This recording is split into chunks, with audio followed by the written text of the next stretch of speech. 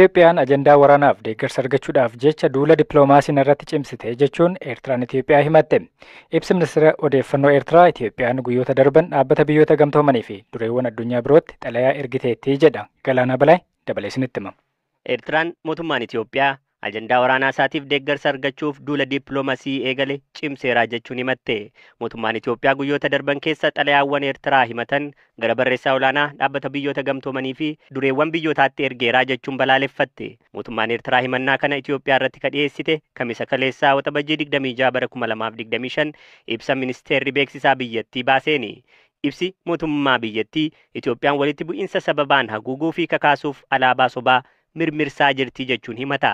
Ibsichi guyyoota darban muraasa keessatti mootummaan Itoophiyaa duula dippiloomaasii Eertiraa irratti bane cimseetti fufeeraa jechuun himata. Xalayaan barraa'es Eertiraan irra deddeebiin dubbii barbaacha akkasumas sarbama birmadummaaf daangaa Itoophiyaatiin himachuudhaan akka ta'e ibsi kun beeksisee jira. Mootummaan Itoophiyaa xalayaa qabiyyee akkasii qabu hawaasa idil addunyaatiif barreessuu isaa laalchisee wanti ifatti ibsee hin jiru. Dubbii himaa ministeera dhimma alaa Itoophiyaa Ambaasaadder Nabiyaat Geetaachoo irraa yaada argachuuf bilbilaa fi ergaa gabaabaa barreeffamaa ergullee ammatti deebiin arganne. Haa ta'u malee marsariitiin sabaa himaa mootummaatti dhiyeenya qabu Lu'aalaawii jedhamu ministeerri dhimma alaa Itoophiyaa Dr. Geediyoon Timootiyoos mootummaa Eertiraa laalchisee hawaasa idil addunyaatiif xalayaa tamsaasuusaa gabaasee ture. Suuraan gabaasicha waliin walitti qabsiifame xalayichi torban darbe guyyaa Jimaataa jechuunis waxabajjii 20 bara 2025 akka barreeffame kan mul'isu yoo ta'u, ibsa Eertiraa irratti dubbii barbaacha irra deddeebii raawwachuu fi hima sarbama daangaaf walabummaa raawwachuu jedhu of keessatti hammateera. Akka lakkoofsa Itoophiyaa bara 2010tti Eertiraa fi Itoophiyaan waliigaltee waliin mallatteessuu hordofee jijjiiramoota gaarii dhufan kan yaadachiise xalayichi yeroo sanatti gama Asmaraatiin deebiin argame jajjabeessaa akka ture ibseera.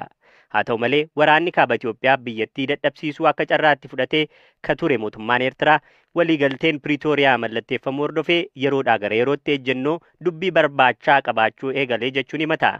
Dabalataanis ministeerri dhimma alaa mootummaan Eertiraa agartuu TPLF waliin qindoominaa fi walta'iinsa uumuudhaan akkasumas humnoota hidhatan kaan waliin walta'uudhaan ganna dhufaatti haliillaa waraanaa cimaa raawwachuuf qophaa'eera jechuun akka himate gabaasicha keessatti hammatameera. Akka gabaasa kanaatti mootummaan hawaasa idil addunyaa gaanfa Afrikaatti nageenya akka mirkanaa'uuf walabummaaf birmadummaa daangaa Itoophiyaa akka kabajamuuf mootummaa Eertiraa irratti dhiibbaa akka taasisuuf waamicha dhiyeesseera. Mootummaan Eertiraa gamasaan ibsa kaleessa baaseen xalayaa mootummaan Itoophiyaa barreesse dogongorsaa baratamaadha jechuun ibse. Duulli dippiloomaasii kun hawaasa idil addunyaa dogoggorsuu fi kanaanis tarkaanfii waraanaa isaa kan yeroo dheeraaf uummata wal nyaachisaa ture irratti deeggarsa argachuu kakaayyeeffate jechuun himate. Ibsichi dhugaan jiru garuu paartiin amma Itoophiyaa bulchaa jiru badhaadhinni buufataalee doonii Eertiraa karaa seeraanis ta'e yoo barbaachisaa ta'e argame tarkaanfii waraanaa fudhachuuf waggoota lamaan darban ibsa itti gaafatamummaa hin qabnee fi doorsisa waraanaa keessa galaa jiraachuu isaatii jedha. Mootummaan Itoophiyaa meeshaalee waraanaa bituu irratti bobba'ee jira jechuunis himatee jira. Ni dhaladhee guddadhe immoo godina Wallagga Bahaa aanaa Waayyuu Tuqaa ganda baadiyyaa Guutee jedhamudha. Tole akkaataa barnoota keessanii meenatti maa ganda qonnaan bulaa keessatti ni dhaladhee guddadhe waan ta'eef waggaa jaatti ture kana mana barumsaa seenee manni barumsaa nutti dhiyoo waan ta'eef Naqamteettiin baradhe. Achi booda sadarkaa dippiloomaatti kolleejjii barsiisota Jimmaarraan baradhe dippiloomaa. TTC Jimmaarraa 1992 eebbifamee godina Ilubaaboor naannoo Geessaachii waggaa 4 barsiise. Asirraan immoo dhiiseen gara barnootaatti deebi'ee digirii koo jalqabaa yuunivarsiitii Jimmaatti deebi'ee baradhe jechuudha 1997. Bara 2000 madda yuunivarsiitii madda walaabuutti ramadamee barsiistuu yuunivarsiitii ta'e jechuudha. Digirii jalqabaan eebbifamtan afaan Oromootiini? Eeyyee afaan Oromoo ogbarruumaanidha. Waggaa lamaa fi madda walaabuurraan barsiise. Achirraan jijjiirraan gara yuunivarsiitii Wallaggaan dhufee yuunivarsiitii Wallaggaarraa immoo waggaa tokko erga barsiisee booda barnoota digirii lammaffaa ammas yuunivarsiitii Finfinnee afaan Oromoo ogbarruudhaan 2003 achi deemee 2004 eebbifamee achi hixee booda asumaan deebi'ee jechuudha gara yuunivarsiitii Wallaggaatti. Tarii maatii keessan keessa namooti isin dura baratan fa'aa barnoota qabu ijoolleen hangafooti kee? Nuyi maatii baay'eedha ijoolleen gara ijoollee 14 wayii taanaa hundiyyuu babbarataniiru hangafa godha kan baratee fi akka nuyi barannuufis fakkeenya kan nu ta'es kan nu barsiisaa tures jira hangafni koo obboleessi koo jechuudha. Dippiloomaa marraa kaaseeyyuu kanan baradhe afaan Oromoodha. Gaafa diploomaan baradhee eebbifamee ba'uu gara jalqabaarradha. Gusana waa'een afaan Oromoo yaadamu ture. Digiriimtiyyuu sadarkaanti digirii jalqabaayyuu itti fufee banamaa wanti jedhamu abdiin hin turre. Eeggoo nuti barannee jechuudha. Namoonni abdii faana nama kukkudachiisuun hin jira ture. Gusana isin barnoota fixanii galtanii itti faa jedhama ture. Afaan Oromoo itti fufee baratamaa itti fufee sadarkaa kanarra gaa'emee hin yaadamu ture. Haalli tutture si gaggaarii man ture. Afaanuma Oromootiin barachuun yoo jiraate illee baay'ee tokko dhiibbaan tureera Gusana. Kanaaf afaan Oromoo itti sadarkaa digirii tokkoffaatti deebi'ee itti fufamee baratama wanti jedhamullee hin turre. Dhugaan waliin seenee hojii gadhiiseen deebi'ee baradhee jechuudha. Afaan Oromoo sadarkaa PhD'tiinuu namni baratee eebbifamuun nama muraasa nama 10 wayii keessa ka jiru amma. Baay'ee wal gammachiise. Daraan hedduu gammade. Dubartummaa koo qofaas miti afaanumti Oromoo sadarkaa kana ga'uun amma sadarkaa kanarra ga'ee akkasii ba'uun hedduu nama gammachiisan illee baay'ee waan gammadee jira dhugaa. Gara fuulduraatti taariin mul'anni keessan maali? Naannoo warra Oromoo kanarratti waama ofii koo danda'e gumaachuma fayyaada waan na keessa jiru jira mul'ata nan qaba. Kallattii kanaan ogbarruu Oromoo irratti waan garaagaraa bifa qorannootiinis bifuma barreeffamaatiinis waan inni yaadaa jiru nan qaba. Waan gumaacha fa'ee man yaadaa jira. Qorannoo kan afaan Oromootiin hojjettan kana digirii sadaffaa maalirratti hojjettan? Qorannoon digirii sadaffaa irratti hojjedhe sirbarrattidha. Sirboota siyaasaa kan sagalee fi suur-sagaleen jiranii isarrattidha kanan hojjedhe ammaa kana jechuudha. Dubartoota isin booda jiran maal gorsituu? Dubartummaamti lafa dhiirri ga'uu danda'u nama hanqisu waan jedhuun jechuu barbaada. Faannoo godina Wallagga Ba'aa aanaa Giddaa ayyaanatti raawwataniin qaamoleen nageenyaa 7 ajjeefaman. Haleellaa hidhattoonni faannoo kamisarraa raawwatan jedhameen poolisoonni 3 fi milishoonni 4 ajjeefamu itti gaafatamaan waajjira bulchiinsa aanaa Giddaa ayyaanaa obbo Seeqataa Galataa himan. Habtaamuu Xibbabuutu dubbise. Taateen kun kan ta'e irraa aanaa Giddaa ayyaanaa ganda Dooroo Borraa bakka addaa Dichoo jedhamee beekamuttidha. Konkolaataa Taataa jedhamu deddeebisaa uummataa ta'e Giddarraati Finfinneetti uummata deddeebisu osoo hojjetanii deemanii konkolaataan kan poolisii aanaatiin milishaa fi poolisiin wal duukaa deemanii kan humna santaarisaa naannoo sana yeroo adda addaatti dhaqee rakkoo geessaa tureen kan rukutamee namni miidhame.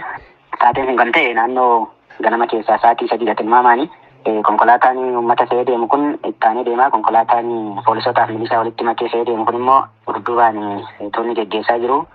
Isaan kun bakkee qabatanii ta'aniiti kan isaan qaama hidhatee gara kana geggeessaa jirutti miidhaa geessisanii. Kanneen lubbuudhaan darban keessaati poolisiin baay'inaan nama 3dha. Konkolaataa poolisii konkolaachisu dabalatee poolisoota lubbuun darbedha jechuudha. Dhukaasaa garee fiigaalessaatiin irratti ga'anii.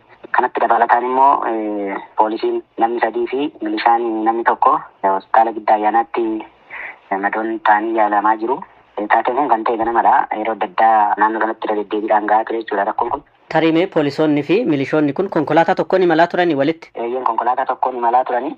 Konkolaataan kun naannoon sun waan shakkamuu fi namoonni muraasni irraa bu'anii lafa yeroo deeman kanneen kaan immoo darbanii iddoo qabachuudhaaf konkolaataadhaan deemaa jiru. Jalqaba warra konkolaataadhaan deemaa jiran warra duraarratti erga dhukaasanii sana booda immoo warra dudduubaan lafa deemanii itti siqaa jiranis dhukaasanii namoota kanarra miidhaa akka geessisan jechuudha odeeffannoon kan argan.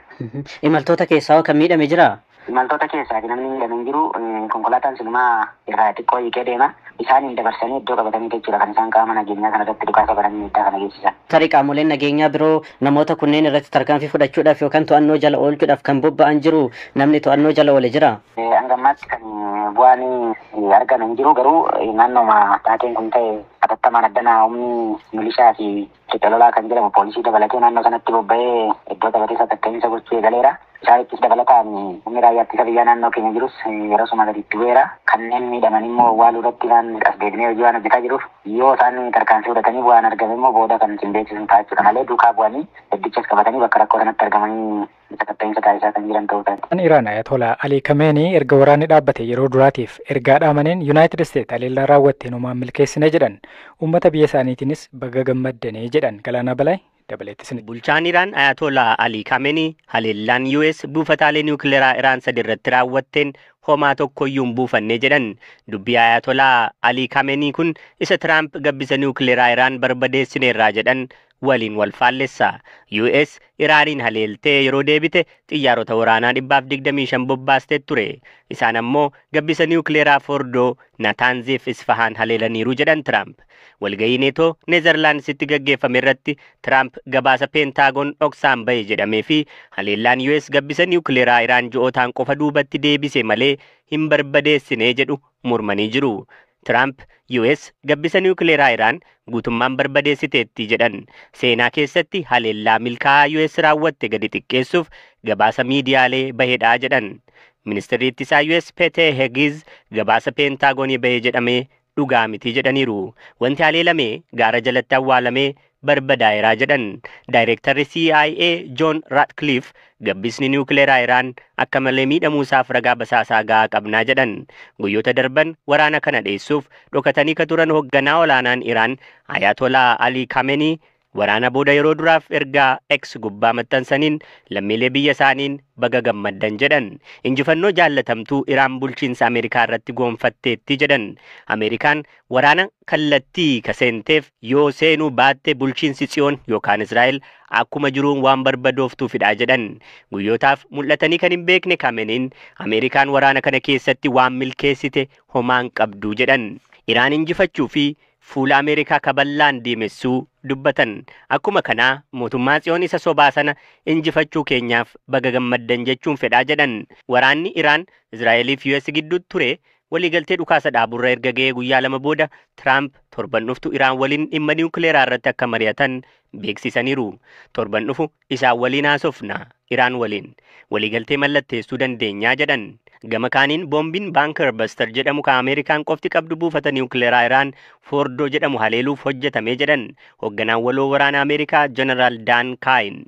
Ameerikaan odeessa Iraan gaara jalatti gadi fageessitee gabbisa niwukileeraa jalqabuu waggoota dheeraa dura argatte jedhan. Qondaalli olaanaan humna ittisaa Ameerikaa tokko ammoo Fordoo